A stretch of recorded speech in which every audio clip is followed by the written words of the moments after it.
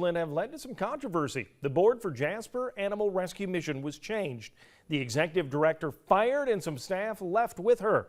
Our Ryan Tisbaneski tells us what's next for the shelter. The recently fired executive director of Jasper Animal Rescue Mission told me the board eliminated her position to save money. The board's current director told me she wasn't fulfilling her duties.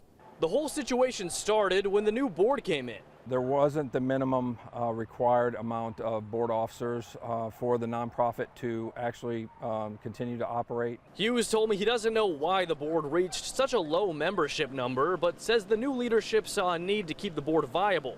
The fired executive director told me a different story. Our old board of directors, who was there for many, many years, were basically forced out of their positions, forced to resign. If Shake looks familiar, we've interviewed her multiple times in the past. She was the executive director of JARM for around 10 years. Shake says the previous board was very inactive and had trouble getting things done with them. She had high hopes for the new leadership. I thought it was fantastic. I was going to have a board that was going to help me get some positive changes done at the shelter. I thought we were all going to work together and it was going to be great. And then when they told me this news, I was crushed.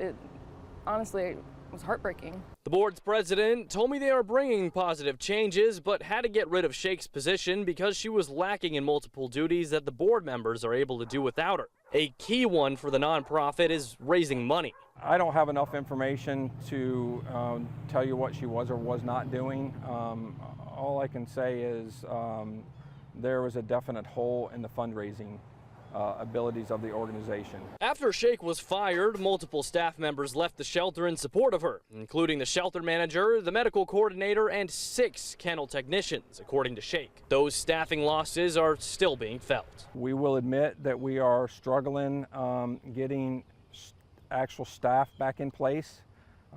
Those duties are currently being handled by multiple volunteers. Hughes sent me a statement addressing some of the community's concerns, and you can find it on the page for this story on WTOC.com.